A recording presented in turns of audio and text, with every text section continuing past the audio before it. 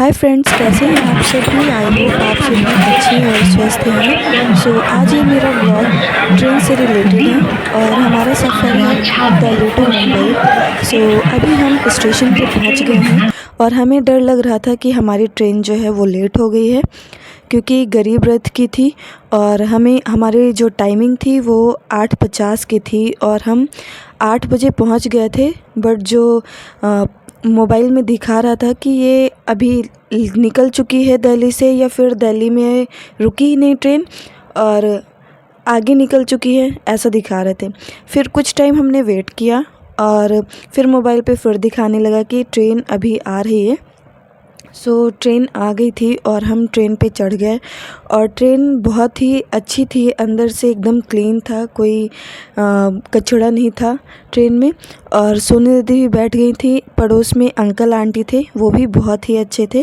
और जो प्राणवी है हमारी बाबू, वो सो रही थी। फिर आया झालमुरी वाला, क्योंकि हमारी दिन की ट्रेन थी तो कुछ ना कुछ टाइम पास के लिए हमें चाहिए था।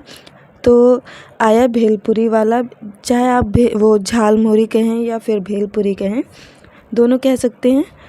हमने भी भेलपुरी लिया और भेलपुरी इतना टेस्टी बनाया था, इसमें कैरी भी डाल रखा था और खीरा वीरा सब कुछ डाल रखा था और बहुत ही टेस्टी बनाया। फिर जीजू ने, क्योंकि हमने 2 ही लिया था, फिर जीजू को बहुत ही अच्छा लगा तो वो जो झालमुरी बेच रहा था उसके पीछे पीछे गए और एक और बनवा के लाए।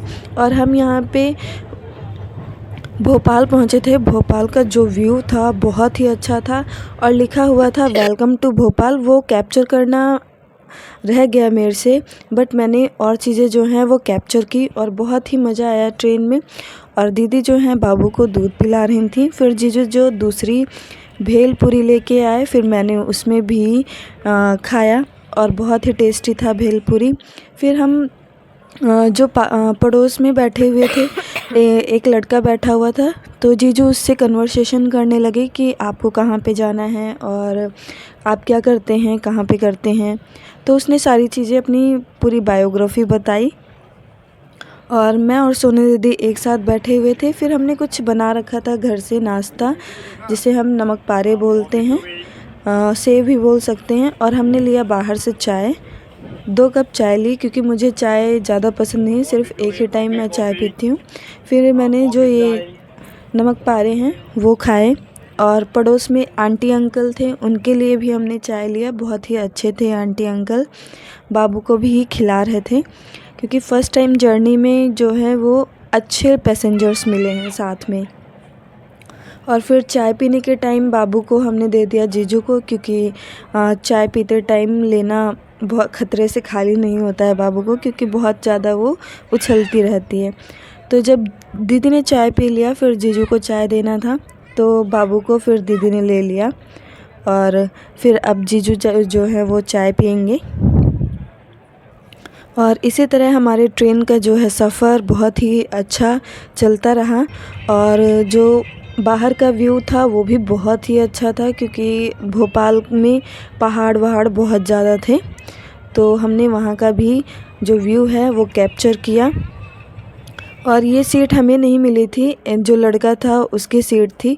फिर बाबू की थोड़ी सी पिक्चर हमने क्लिक की और जीजू ने चश्मा लगाया। मैंने कहा कि चलो थोड़ी सी ट्रेन में भी पिक्चर क्लिक कर लेते हैं। और नाइट का टाइम हो गया था, तो हमने जो सीट है वो नीचे की खोल ली थी और उस पर लेट गए थे, क्योंकि हमारी सिर्फ एक साइड की तीनों सीट थी और दूसरी साइड अंकल आंटी की थी।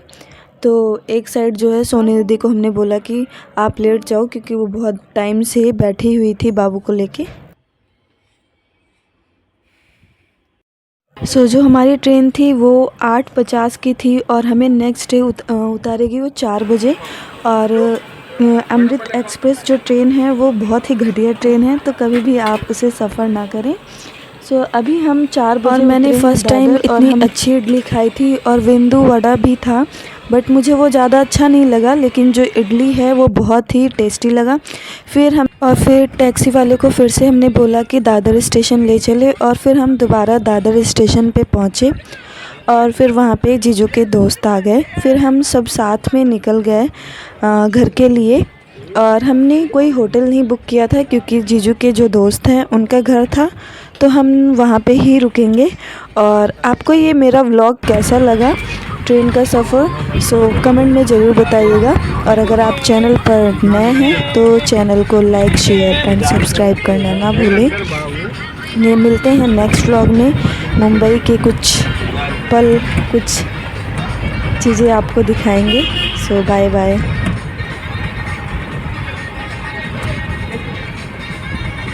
Mày đi, mày đi, mày đi.